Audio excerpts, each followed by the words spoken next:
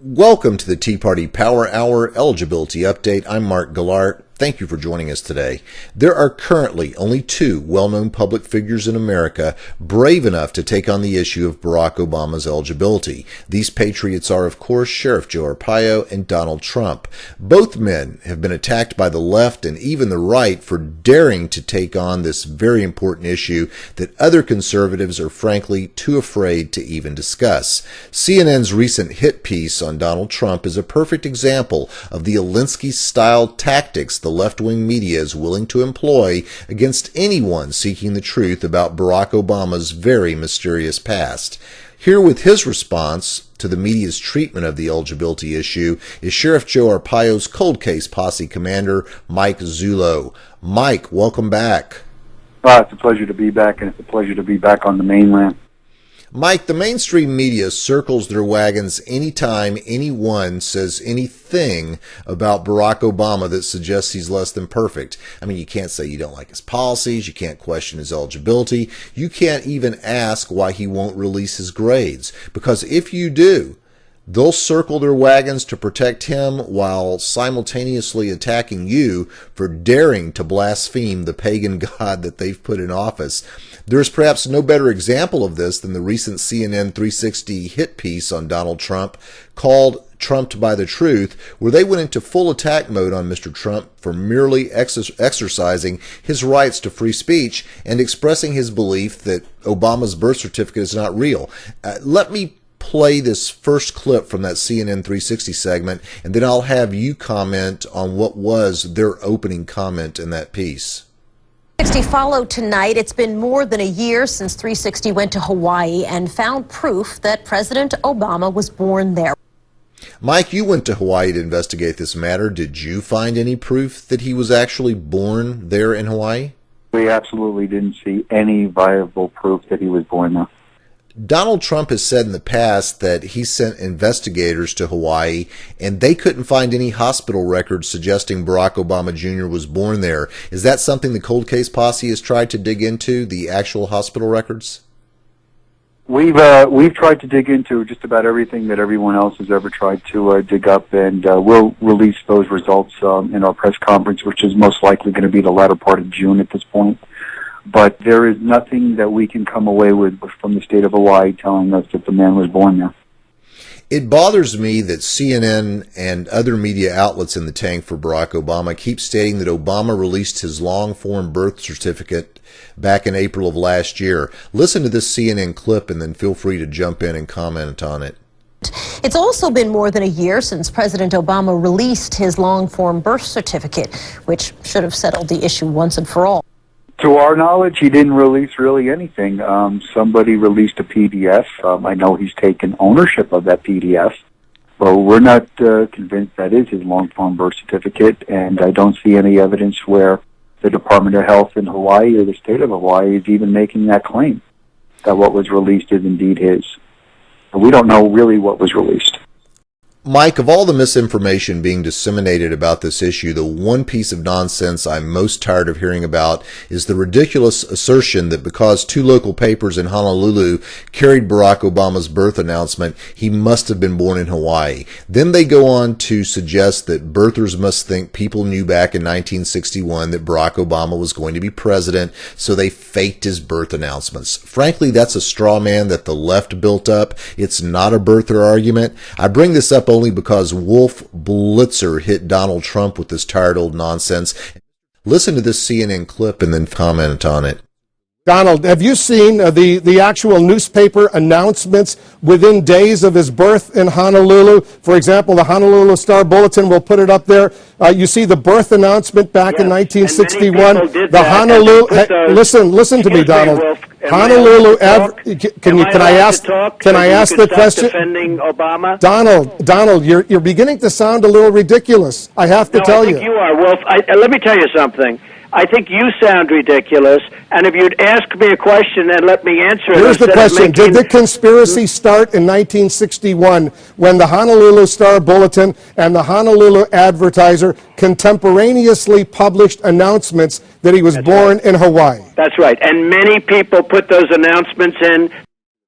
Many people registered births in the state of Hawaii.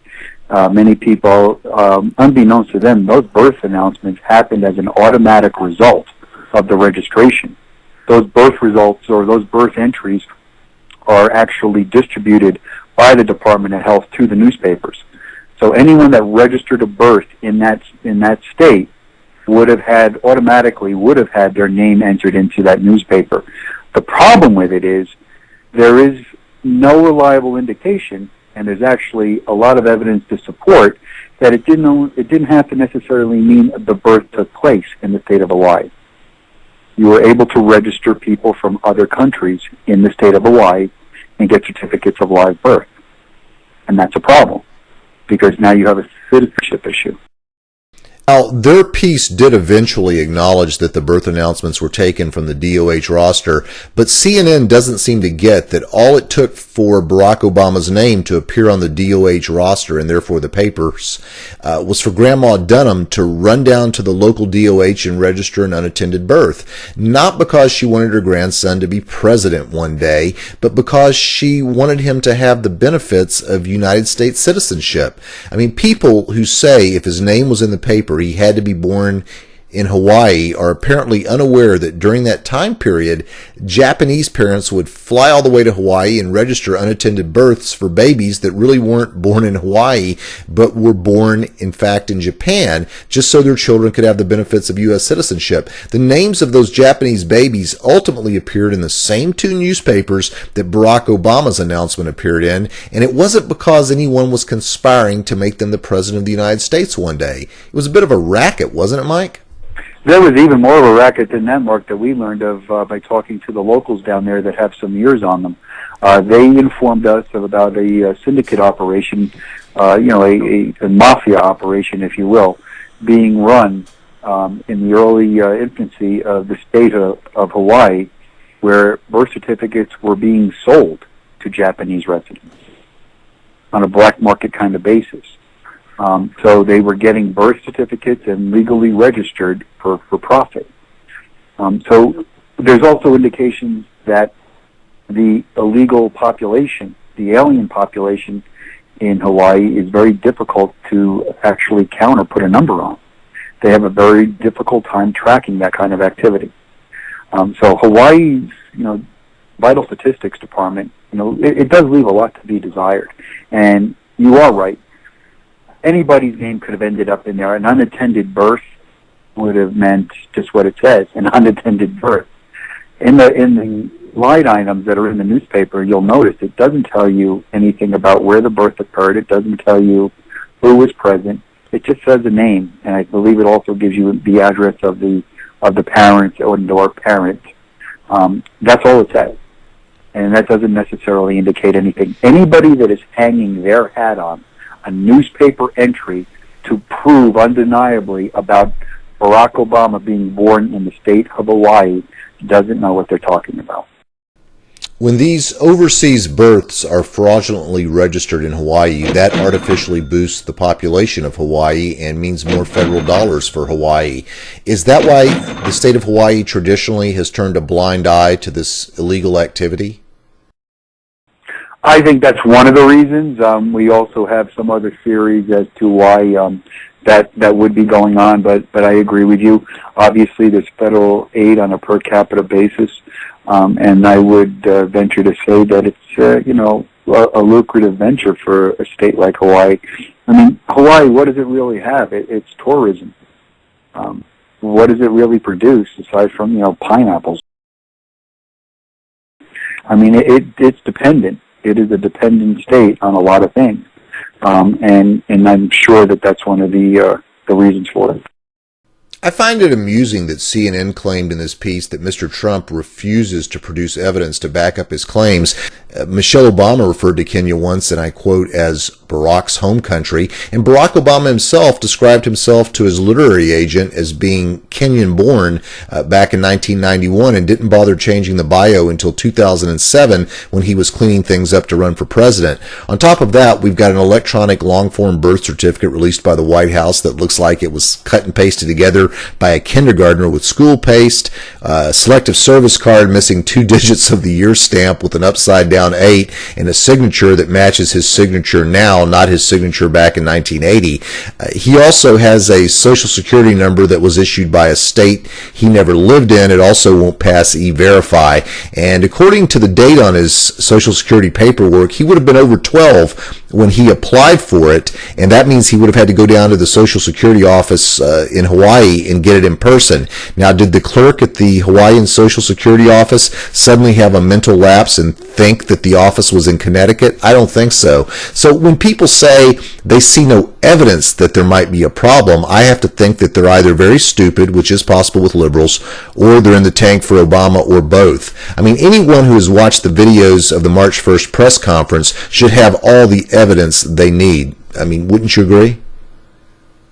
Well, I think you hit it right on the head. I think mainstream media is well aware of the March 1st press conference. I just think they don't want anybody else in America to be aware it took place. We did provide evidence. We've actually shown with what we believe is irrefutable proof that the document released by the White House is fraudulent.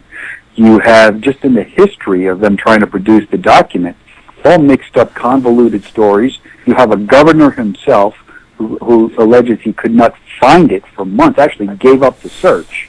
And then you have a mysterious appearance of a document found by, I believe it was Director Fukino, just walking into the vault. Speaking of Director Fukino, I found it interesting that she was quoted by Michael Isakoff of ABC News before the birth certificate was released as saying she had seen it and it was half written and it was half typed. Now, CNN likes to project itself as a real news agency, so as a real news agency, why didn't they immediately go to Fukino and say, Dr. Fukino, you said you had looked at it before and it was half written and half typed, and now it's been released and it's not half written and half typed. What gives? I mean, Mike, isn't that what a real news organization would have done? Wouldn't they have gone to both Fukino and Governor Abercrombie and put them beside each other and said, hey, Governor, you said you couldn't find the thing. You looked for 6 months, but she walked right into the vault and got it. I mean, how can that be? I mean, why hasn't anyone at CNN or anywhere else in the press asked either of them this basic question that any real journalist would have asked? Because nobody in the press is going to tackle it. The press is complicit in this. The press is actually facilitating the notion that he was born here, and the whole birth certificate movement is a joke and something to be dismissed. Speaking of that, CNN doesn't even seem to be the slightest bit embarrassed by the Alinsky-style tactics that they were using against Donald Trump. I'm going to play a short clip of their attack and then let you evaluate it from that standpoint. Donald, you're beginning to sound a little ridiculous. Because of those unfounded claims, I pressed Romney's supporter, John Sununu. Donald Trump is wrong. And we're going to... So if you dare to challenge this president, you're making unfounded claims, you're wrong, or you sound ridiculous to Wolf Blitzer. Well, you know, they do that, and dismissing you, and you're right, it is an Alinsky tactic. You know, they try to make a mockery of you and really raise a lot of doubt about your sanity at some points. Do you think Mr. Trump's current pressuring of Barack Obama on these issues will once again force Mr. Obama's hand in the same way it did before? You know, Donald Trump is, rattling the bushes again over the birth certificate issue. And one area I think we want to be a little, concerned about on our end is the last time that Mr. Trump applied pressure onto this situation, there was the manifestation of the PDF long-form birth certificate that Sheriff Arpaio has declared to believe that there's probable cause that the forgery has taken place on that document. Mr. Trump is applying pressure again to this, and we did receive that information in the state of Hawaii when we were there from an individual claiming that a fraudulent 1961 hard copy birth certificate had been created using 1961 materials such as ink and paper, and that there was going to be an effort to have that document produced and circulated as an October surprise. We just are a little leery of that. It's not information we're going to deem entirely credible. It is information given to us, though, from an individual whose information has come to pass in the past. And it's just something that we want to be mindful of, and I would like everyone else to be mindful of, that if there is a long-form hard copy birth certificate released, it is still suspect to us, and nothing short of microfilm is really going to satisfy Sheriff Arpaio. So, message to Team Obama from Team Arpaio. We know you have a fake paper document created with 1960s ink and paper. Don't even bother bringing it out in October because we already know it's there. And at this point, nothing less than the microfilm roll will suffice. Mike, when it comes to media bias, I always like to apply something I call the Palin test. And I think if a major law enforcement organization had come forward back in 2008 and said they had probable cause to believe that Sarah Palin wasn't born in Idaho, but was instead born in, Canada, for example, I couldn't imagine every major news organization in America not immediately jumping on that story. They would fly to the ends of the earth to get cameras in the face of the guy that said that. And then they would do everything they can to support and verify what he was saying. We don't have that support here in Maricopa County. We don't have the support of mainstream media. We don't even have the support of Fox News. That's telling. Mark, that is telling. And that's very, very concerning to a lot of people. When Fox News is prohibited for whatever reason from discussing this issue, I would have to say, so if I were a betting guy, that what Arpaio came up with is true. Because if they can make a joke of Arpaio, they would have already. And they can't. Speaking of Fox News, I broke a story right after the long-form birth certificate was released that proves Fox News is just as complicit of protecting the president as the mainstream media. Fox News quoted a Canadian computer expert named Jean-Claude Tremblay as saying the long-form birth certificate was legit. And when I contacted Mr. Tremblay, almost by accident, he said that he never said any such thing.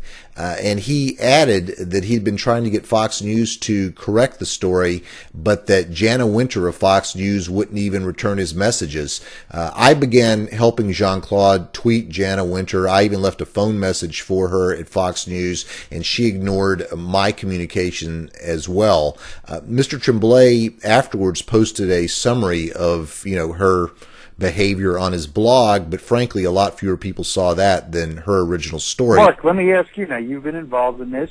You know that we view you as a very forthright, trustful individual. Thank you. You tell me, have you seen an expert anywhere come out and lay his reputation on the line and say, a real expert, come out and say, that PDF is authentic?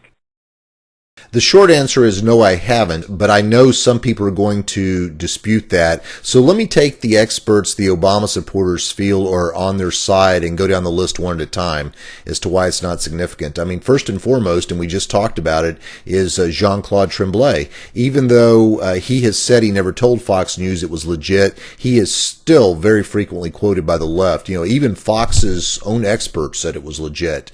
Then there was a guy named Ivan Zatkovich who was hired by WorldNet Daily to review the document, and he concluded that the document was changed, though it was impossible to tell whether the content was changed. Ironically, the Zatkovich report is being held up by Obama supporters as some kind of a victory, some kind of proof that the document is legit, but Zatkovich never said anything even close to that. So I'm not sure why they think that's such a big deal. Another person who came forward was Nathan Goulding at the National Review, and he came out and said the layers in and of themselves were no big deal, and to a certain extent he's right. And he also said he produced layers that were similar to Obama's PDF. Now that's wrong. He produced layers that were similar to our control document, not similar to the PDF. And he also kept pushing the optical character recognition software nonsense.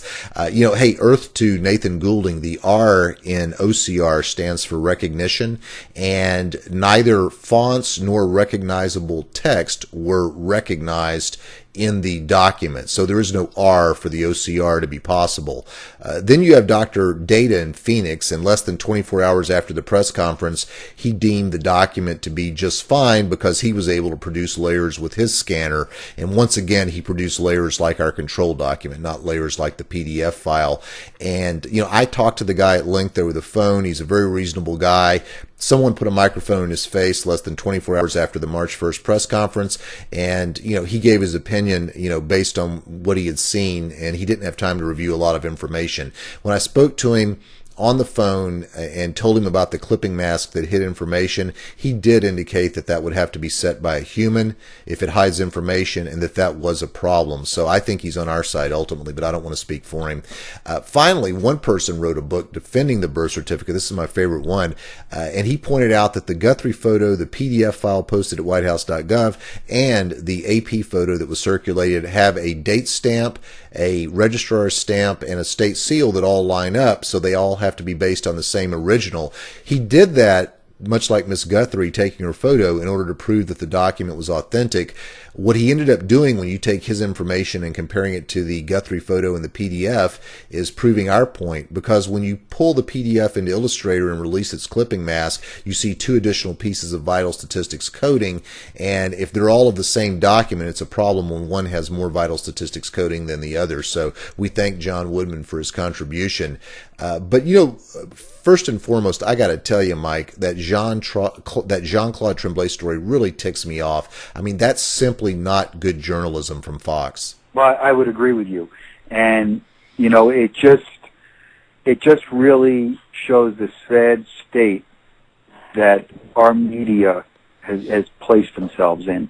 That they are not a trustworthy source on any level, and it doesn't matter what network it is. I mean, we have this problem now in this country that our press is so manipulated that everything is just like a walking editorial. It's somebody's opinion. It's what somebody wants it to be.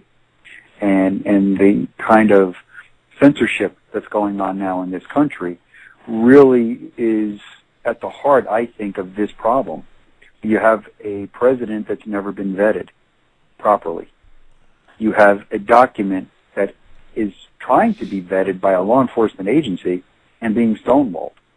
And you have a media who doesn't want to report on either of those topics. That's a problem.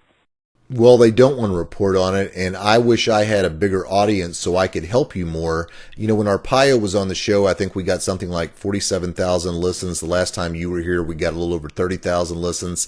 Nothing to sneeze at, but I can't deliver the 15 million listeners that Rush has, or the 14 million listeners that Sean Hannity has, or even the millions of listeners that Glenn Beck and Mark Levin have.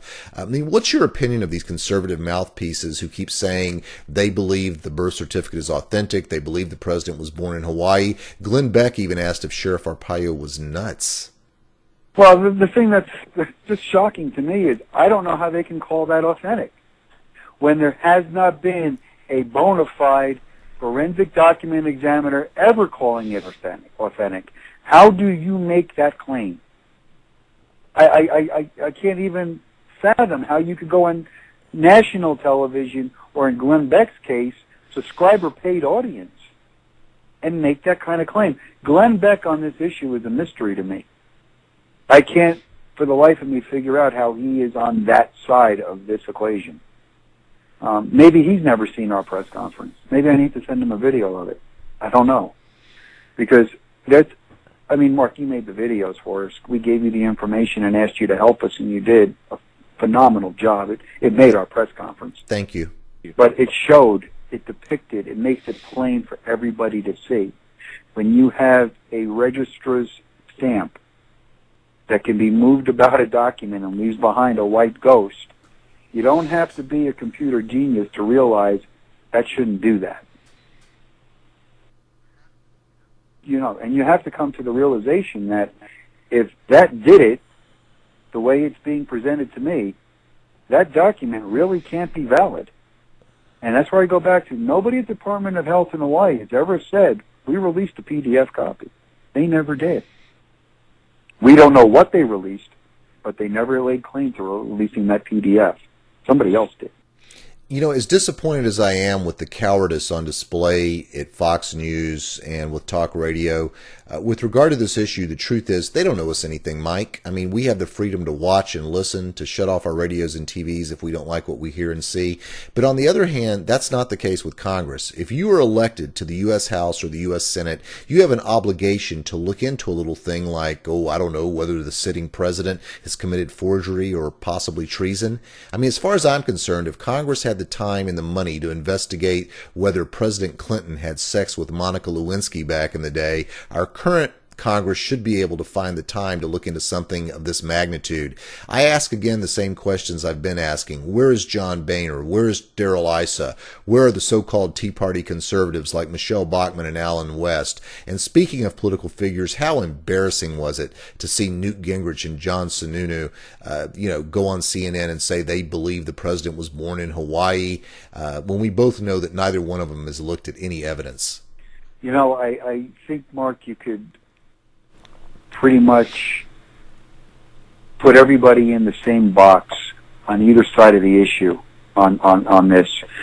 I think we may be running into a problem down the road with a vice presidential pick on the Republican side. There's names being bantered that we know do not meet the qualification to be president or vice president of the United States. They do not meet the natural-born citizen clause. And I fear that nobody wants to make this an issue because they want to usurp the constitutional requirement by basically ignoring it and putting people up there that they just want to call, quote, a citizen. And we can go through that kind of debate, from now to the end of time. But the reality of the situation is that everybody takes the same oath. You take an oath to defend the Constitution of the United States of America, to uphold that Constitution, and to defend it from all enemies, foreign and domestic. It wasn't talking about defending the piece of paper it's written on. It's talking about defending the principles that it's written on. And that's not happening anymore. An oath today doesn't mean anything. And we need to get back to our roots. I mean, if you go back and you think about people trying to get to this country, my grandparents immigrated to this country. And one of the driving reasons wasn't just for opportunity. It was to become a citizen of the United States to get the constitutional protections and rights that only exist in this country. And people are losing sight of that. That document is to be cherished. It's to be preserved, and it's to be observed. And it isn't anymore. And the only way we change that is you have to change the players. There's just no other way about it. You have to change out the people in Washington that want to change the Constitution without going through the proper channels, don't want to go through the hassles of a constitutional amendment. If we're at a place in our society today that natural-born citizen doesn't work, and I am not a proponent, I believe it does work, but if we are in that place today, we as the American people, we the people, deserve to have our elected officials take the proper channels and bring this argument up for debate and resolution before the American people. Bring it up for debate. Don't circumvent it. Don't try to legislate it away by resolution or looking the other way or making some kind of side deal. Let's talk about it. If that has to change, then so be it. There's a way to do that. Our Constitution provides that ability. But what is going on here today is an offense against the Constitution and an offense against the founding fathers of this nation who warned us what was at stake if we start to give up the liberties that we have, if we start to turn our back on the principles that have been guiding us for over 200 years. I think we're at that threshold right now. I think I could summarize a lot of what you just said by saying Congress needs to start doing its job. And I'd like to invite everyone listening and watching to sign our petition at congressdoyourjob.com. Let Republicans in Congress know that you expect Barack Obama's eligibility to be thoroughly investigated, meaning whether or not he's a natural-born citizen, whether or not he's even a native-born citizen, whether or not there are problems with the birth certificate, whether or not the selective service card has been forged, why his Social Security card doesn't pass E-Verify and is from the wrong state. Let Republicans in Congress know that we're willing to replace any member of Congress that doesn't do that doesn't do his or her job. And by Congress, we mean both houses, the House and the Senate. Once again, the petition can be found at congressdoyourjob.com. Please sign it and then pass it on to all of your conservative friends and ask that they sign it and pass it on to their friends.